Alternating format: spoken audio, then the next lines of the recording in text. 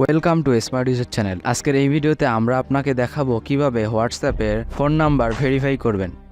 হোয়াটসঅ্যাপে আপনার নাম্বারটি দিয়ে আপনার হোয়াটসঅ্যাপ খোলা আছে কিনা কিভাবে আপনি ভেরিফাই করবেন, আজকের ভিডিওতে আমরা আপনাকে সেইটি দেখাবো। এর জন্য প্রথমে আপনাকে হোয়াটসঅ্যাপটি ইনস্টল করে নিতে হবে।